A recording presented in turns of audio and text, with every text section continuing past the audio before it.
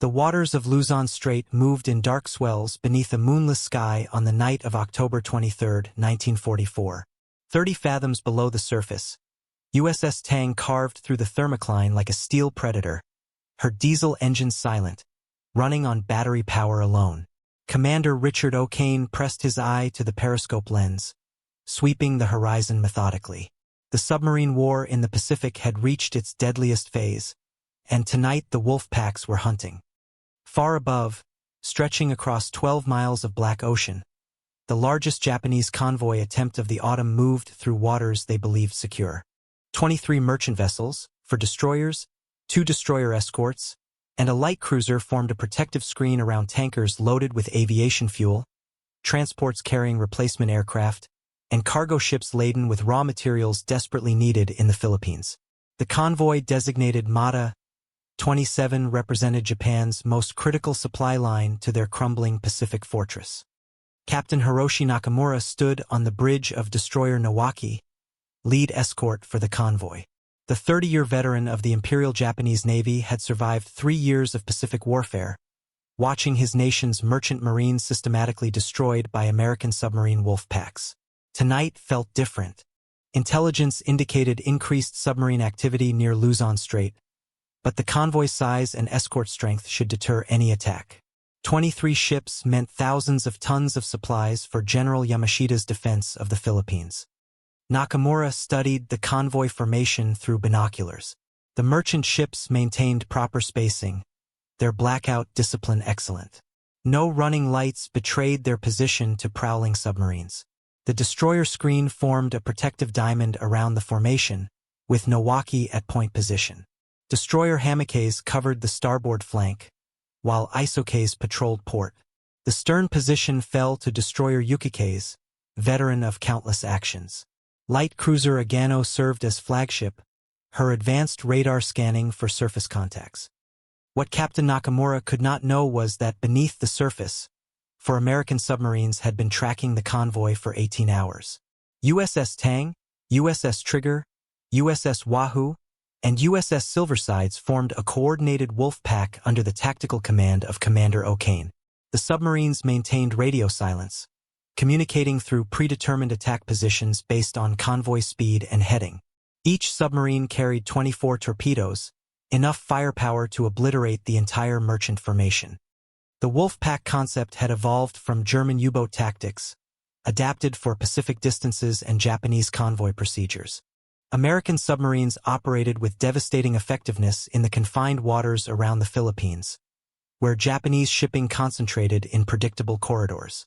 Luzon Strait represented the primary passage between the South China Sea and Philippine Sea, making it perfect hunting grounds for submarine wolf packs. Commander O'Kane lowered the periscope and consulted his plotting table. Tang had maintained sonar contact with the convoy for 6 hours, carefully tracking the formation's course and speed. The Japanese ships proceeded at 8 knots, zigzagging minimally to conserve fuel. Their escort pattern followed standard Imperial Navy doctrine, with destroyers positioned at regular intervals around the merchant vessels. Such predictability would prove fatal. At 2,147 hours, O'Kane received the coded signal he had been waiting for. 3 short sonar pings indicated the other wolf pack members had reached their assigned attack positions. Trigger would assault the convoy's starboard flank, while Wahoo targeted the port formation. Silversides positioned herself astern to catch any vessels attempting to scatter. Tang would penetrate the escort screen and attack the convoy center, where the largest tankers sailed. The American submarine offensive against Japanese shipping had reached unprecedented intensity by October 1944. American wolf packs operated throughout the Western Pacific, systematically destroying Japan's merchant marine. The island empire's economy depended entirely on seaborne imports of raw materials, food, and fuel. Every cargo ship sunk brought Japan closer to starvation and industrial collapse. The submarine war had become a campaign of economic strangulation. Lieutenant Commander Jack Meyer, executive officer of USS Trigger, watched his captain prepare for the attack. Commander Roy Benson had led Trigger through 8 war patrols, sinking 47 enemy vessels. Tonight's convoy represented the largest target Trigger had encountered, with potential for devastating damage to Japanese logistics. The submarine's crew moved through their attack stations with practiced efficiency, each man understanding his role in the coming assault. Trigger carried Mark 18 electric torpedoes, weapons that left no wake to betray their approach. The electric fish ran silently through the water, guided by sophisticated gyroscopic systems that could calculate target course and speed automatically. Each torpedo packed 643 pounds of Torpex explosive, enough to break a merchant ship in half. Trigger's torpedo room held 24 such weapons, each one representing a potential kill. On the surface, the Japanese convoy maintained its vulnerable formation. The merchant ships presented perfect broadside targets to the submerged submarines, their hulls outlined against the slightly lighter sky. Captain Nakamura's destroyers patrolled methodically, but their sonar sweeps failed to detect the submarines lying motionless beneath the thermocline. The layer of temperature difference scattered sonar pulses, creating an acoustic shadow where submarines could hide. The first attack came without warning at 2,203 hours. USS Wahoo fired a spread of 6 torpedoes at the convoy's port flank from a range of 2,800 yards. The electric torpedoes streaked through the darkness, their magnetic influence exploders set to detonate beneath enemy hulls. Tanker Kokai Maru, loaded with 8,000 tons of aviation gasoline, never saw death approaching. The explosion lifted Kokai Maru's stern completely out of the water. Aviation fuel ignited in a fireball that illuminated the entire convoy formation, turning night into blazing day. The tanker broke in half, her bow section sinking immediately while the stern remained afloat, burning like a giant torch. The concussion shattered windows on nearby merchant ships and knocked sailors off their feet. Captain Nakamura watched in horror as his convoy came under attack. The burning tanker revealed the positions of every merchant ship to prowling submarines. On destroyer Nawaki's bridge, the general alarm sounded as the crew rushed to battle stations. Nakamura ordered an immediate course change, hoping to scatter the formation before more torpedoes found their targets. His radio crackled with urgent reports from other escort vessels. USS Trigger struck next, firing 4 torpedoes at cargo ship Teo Maru from 1,900 yards. The merchant vessel, loaded with steel ingots and machinery destined for Philippine airfields, absorbed 2 torpedo hits amidships. The explosions gutted her engine room and flooded 3 cargo holds instantly. Teo Maru listed heavily to port, her crew abandoning ship as she began her death plunge to the ocean floor. The Wolf Pack attack reached its crescendo as USS Tang and USS Silversides opened fire simultaneously. Tang targeted the convoy flagship, transport Aramis Maru, while Silversides engaged tanker Osaka Maru. The coordinated assault overwhelmed Japanese damage control efforts and escort defenses. Within minutes, 5 merchant ships were sinking or burning, their vital cargoes lost forever. Commander O'Kane watched through his periscope as chaos consumed the Japanese formation. Merchant ships scattered in all directions, abandoning their protective escort screen. Some vessels attempted to ram the submarines they imagined lurking nearby, while others fled toward the Philippine coast. The carefully organized convoy had disintegrated into a mob of panicked ships, each seeking individual salvation. Destroyer Hamikes raced toward the torpedo tracks from Wahoo's attack, her sonar operator frantically searching for the submarine. Lieutenant Commander Sato knew his destroyer's only hope of protecting the convoy lay in destroying the attacking submarines before they could reload their torpedo tubes. Hamikes' depth charge racks contained 30 Type 95 charges, each holding 220 pounds of explosive. Finding the submarines in the vast ocean would prove nearly impossible. The Japanese depth charge attack came at 2,234 hours as Hamikes dropped a pattern of 8 charges over Wahoo's estimated position. The underwater explosions created towering geysers on the surface, but the submarine had moved beyond the blast radius. Wahoo's crew felt the shock waves through their hull as they reloaded torpedo tubes for a second attack. The Japanese escorts were fighting blind, unable to locate their submerged enemies. USS Tang prepared for her second attack run as the convoy continued to scatter. O'Kane selected tanker Kyushu Maru as his next target, a vessel carrying 9,000 tons of crude oil from the Dutch East Indies. The tanker represented a crucial link in Japan's petroleum supply chain, fuel desperately needed by the Japanese military. Tang fired 3 torpedoes at 1,200 yards, point-blank range for submarine warfare. 2 torpedoes struck Kyushu Maru in her engine room and forward cargo tanks. The explosions ignited the crude oil cargo, creating a massive fireball that could be seen for 20 miles. The tanker burned furiously as her crew abandoned ship, many sailors jumping into oil-covered water that soon caught fire. Kyushu Maru became a floating inferno, illuminating the battle scene for the continuing submarine attacks. The Wolf Pack pressed their assault with devastating effectiveness. USS Trigger engaged cargo ship Hikoku Maru, loaded with aircraft engines and spare parts for Japanese airfields in the Philippines. 3 torpedo hits broke the cargo ship's back, sending critical aviation supplies to the ocean floor.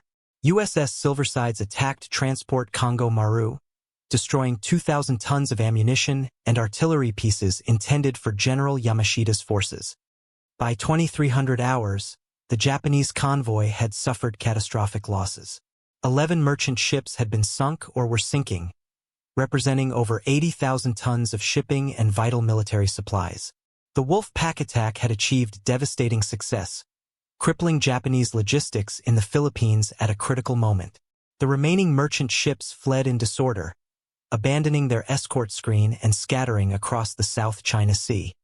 Captain Nakamura attempted to reorganize his shattered convoy, but the task proved hopeless. His destroyers could not simultaneously hunt submarines and protect the scattered merchant ships.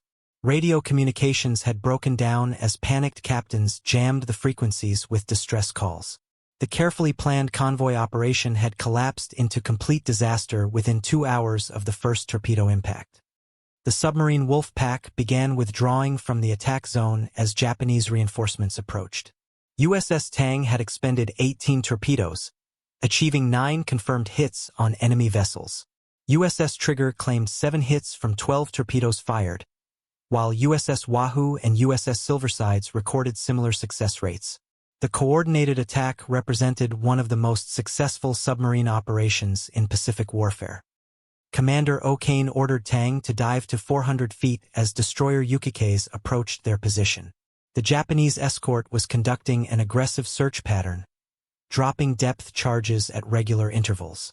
Tang's crew maintained silent running procedures as the destroyer passed overhead, her screws audible through the submarine's hull. The tension was unbearable as depth charges exploded around the submarine.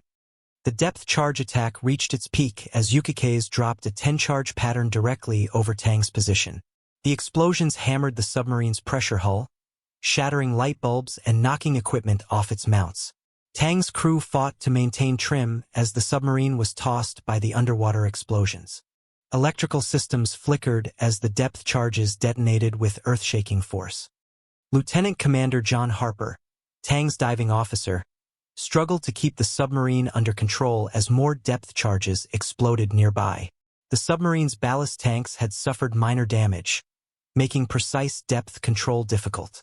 Harper ordered emergency repairs as Tang descended toward her crush depth, seeking the protection of deep water where Japanese depth charges could not reach. The Wolf Pack's withdrawal phase proved as dangerous as the initial attack. Japanese destroyers saturated the area with depth charges, hoping to catch the submarines as they attempted to escape. USS Wahoo endured a particularly fierce depth charge attack from destroyer Isokaze, with over 40 charges detonated around the submarine. The crew counted each explosion, wondering if the next would crush their hull.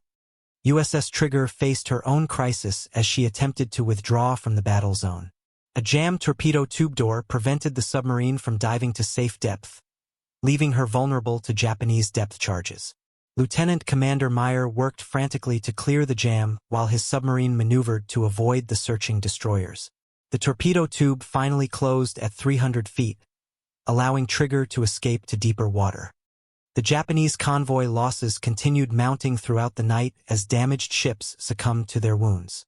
Transport Katori Maru, hit by a single torpedo from USS Silversides, burned for 3 hours before her magazine exploded. The blast could be felt 20 miles away as 1,500 tons of ammunition detonated simultaneously. No survivors were found from Katori Maru's crew of 180 men. Captain Nakamura watched helplessly as his convoy disintegrated around him. Destroyer Nowaki rescued survivors from burning merchant ships while maintaining sonar sweeps for submarines. The rescue efforts exposed his warship to further torpedo attacks, but Nakamura could not abandon the hundreds of sailors in the water. Japanese naval tradition demanded that ship captains protect their crews above all other considerations. The submarine attack had shattered more than ships and cargo. Japanese confidence in their convoy system collapsed as news of the disaster reached Manila and Tokyo. Mata 27 represented Japan's most heavily escorted convoy attempt, yet American submarines had destroyed it with apparent ease. The psychological impact proved as devastating as the material losses, convincing many Japanese officers that the submarine war was already lost. Dawn revealed the full scope of the catastrophe. 15 Japanese merchant ships had been sunk during the night, totaling 127,000 tons of shipping. The lost cargo included 50,000 tons of fuel oil, 15,000 tons of aviation gasoline, 8,000 tons of steel, 3,000 tons of ammunition, and thousands of tons of food and medical supplies. The submarines had also destroyed 150 aircraft, 40 tanks, and 60 artillery pieces being transported to the Philippines. The human cost proved equally staggering. Over 1,200 Japanese merchant seamen died in the attack, along with 400 naval personnel and 800 army troops being transported to the Philippines. Many sailors drowned in oil-covered water that caught fire from burning ships. Others died of exposure during the long night in life rafts, waiting for rescue that came too late or never arrived at all. USS Tang surfaced at dawn to survey the aftermath of the attack. The ocean was covered with debris from destroyed ships, life rafts filled with survivors, and patches of burning oil that continued to smolder. Commander O'Kane ordered his crew to photograph the destruction for intelligence purposes while maintaining watch for Japanese aircraft. The submarine could not risk remaining on the surface for long. The Wolfpack's success exceeded all expectations, but the cost to Japanese morale proved immeasurable. Radio intercepts revealed panic in Japanese naval commands as reports of the convoy's destruction reached headquarters. Emperor Hirohito himself demanded explanations for the catastrophic losses, leading to the dismissal of several senior naval officers responsible for convoy protection. Admiral Somu Toyota, commander of the combined fleet, realized that Japan's merchant marine could not sustain such losses indefinitely. The submarine Wolfpacks were destroying ships faster than Japanese shipyards could replace them. Each convoy attack reduced Japan's ability to supply her far-flung empire, hastening the ultimate collapse of Japanese resistance in the Pacific. The strategic implications of the Luzon Strait attack rippled throughout the Pacific theater. General Douglas MacArthur's forces preparing to invade the Philippines would face reduced Japanese resistance due to the lost supplies. The destroyed aviation fuel would limit Japanese air operations during the crucial landing phase. Artillery pieces and ammunition lying on the ocean floor could not defend Japanese positions on Luzon. Captain Nakamura's surviving destroyers conducted search and rescue operations throughout the following day. Nowaki, Hamikes, and Yukikes rescued 800 survivors from the water, but hundreds more had already perished in the oil-covered sea. The destroyer captains filed detailed reports of the attack, emphasizing the coordinated nature of the submarine assault and the ineffectiveness of current escort procedures. The Wolfpack submarines rendezvoused 200 miles east of Luzon to assess their success and share intelligence. Commander O'Kane's Tang had suffered minor damage from depth charges but remained fully operational. USS Trigger reported hydraulic problems that would require repair at Guam. USS Wahoo and USS Silversides had emerged from the battle unscathed, ready for immediate redeployment against Japanese shipping. The ammunition expenditure proved remarkably efficient. The 4 submarines had fired 68 torpedoes and achieved 43 hits, a success rate of 63%. Such accuracy demonstrated the effectiveness of improved torpedo technology and better fire control systems. The Mark 18 electric torpedoes had performed flawlessly, their magnetic influence exploders functioning as designed without premature detonations. Japanese naval intelligence struggled to understand how American submarines had achieved such devastating success. The wolf pack concept remained poorly understood in Japanese circles, where individual submarine attacks were the norm. The coordinated assault pattern had overwhelmed escort defenses designed to counter single submarine threats. Japanese anti-submarine doctrine required immediate revision. The convoy attack marked a turning point in the Pacific Submarine War. Japanese shipping losses accelerated as American wolf packs refined their tactics and increased their operational tempo. The destruction of Mata 27 demonstrated that no Japanese convoy was safe from submarine attack, regardless of escort strength or defensive measures. The ocean had become a hunting ground where American submarines held absolute advantage. Lieutenant Commander William Post, commanding USS Wahoo, filed a detailed patrol report describing the attack methods and results. His submarine had achieved 7 confirmed sinkings while expending only 16 torpedoes. The wolf pack coordination had allowed each submarine to attack different convoy sections simultaneously, preventing Japanese escorts from concentrating their defensive efforts. Such tactics would become standard procedure for future operations. The Japanese response to the convoy disaster revealed deep flaws in their anti-submarine capability. Destroyer crews lacked proper training in coordinated depth charge attacks, while sonar equipment remained inferior to American systems. Japanese naval aviation provided inadequate coverage of convoy routes, allowing American submarines to operate with virtual impunity in critical shipping lanes. Admiral Chester Nimitz received reports of the Luzon Strait attack with tremendous satisfaction. Pacific Fleet submarines were systematically destroying Japan's ability to maintain her overseas empire. The convoy attack represented exactly the type of coordinated operation that Pacific Fleet doctrine emphasized. Every Japanese ship sent to the bottom shortened the war and saved American lives. The wolf pack withdrawal proved as meticulously planned as the initial attack. Each submarine proceeded to separate patrol areas to avoid Japanese retaliation sweeps. USS Tang headed for the Taiwan Strait to intercept shipping between China and Japan. USS Trigger set course for the Ryukyu Islands, where Japanese supply lines remained vulnerable.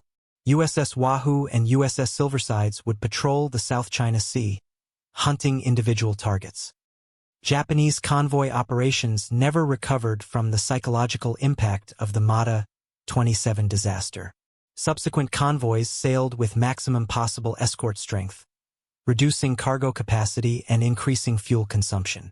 Many merchant captains refused to sail without destroyer protection, creating bottlenecks in Japanese shipping schedules. The submarine threat had achieved strategic paralysis of enemy logistics.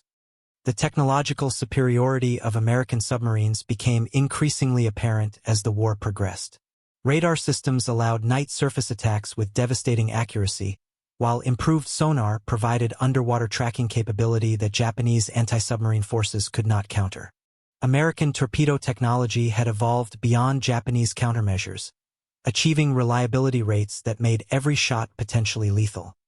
Commander O'Kane's post-battle analysis identified several factors contributing to the wolf pack's success.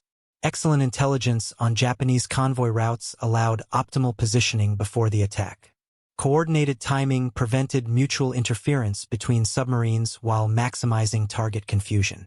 Silent electric torpedoes eliminated wake detection by Japanese lookouts.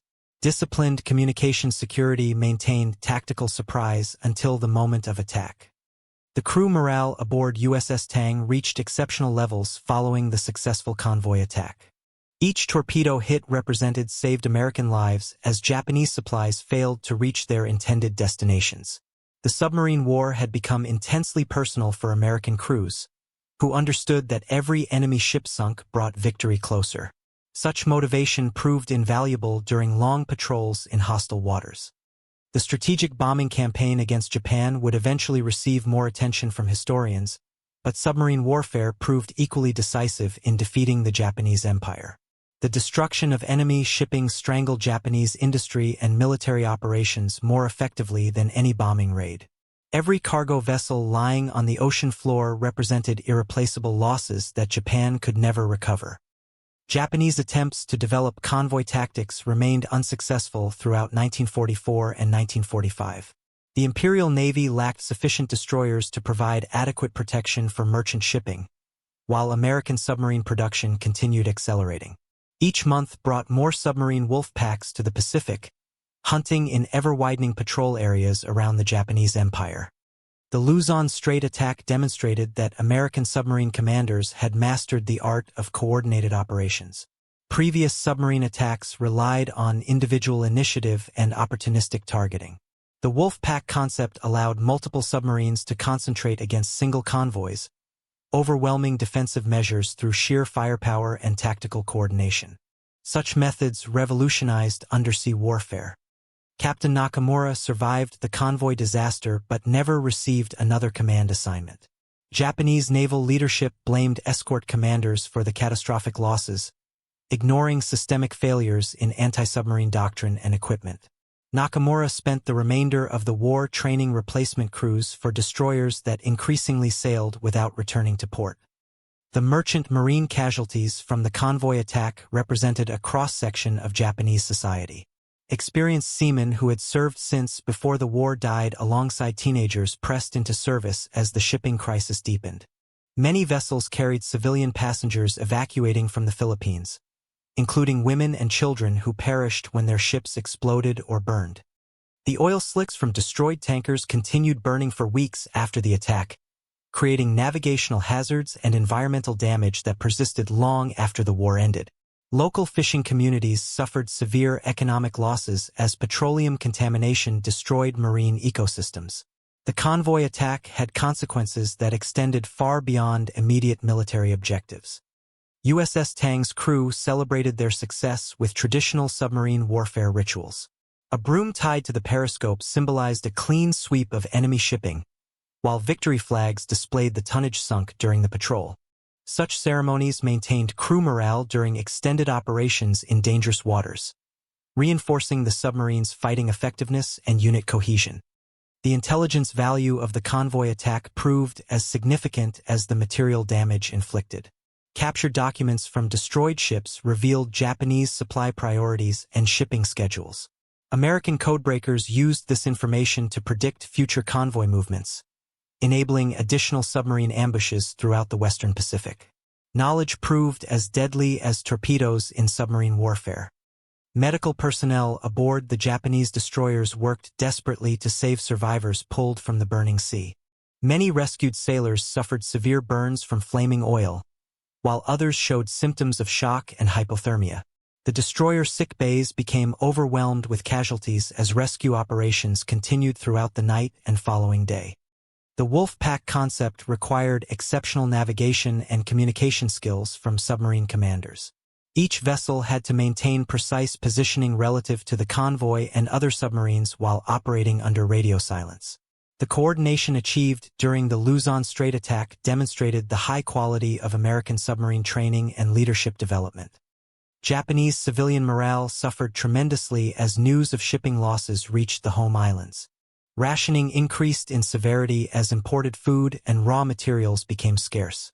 Factory production declined as essential materials failed to arrive from overseas territories. The submarine blockade was slowly strangling Japanese society as effectively as it crippled military operations. The convoy attack highlighted the vulnerability of Japanese logistics in the Pacific theater. American submarines could operate with near impunity in waters that Japan considered secure, threatening any vessel that ventured beyond coastal areas. The psychological impact on Japanese shipping crews proved as devastating as the physical destruction of vessels and cargo. Post-war analysis revealed that submarine warfare contributed more to Japanese defeat than any other single factor.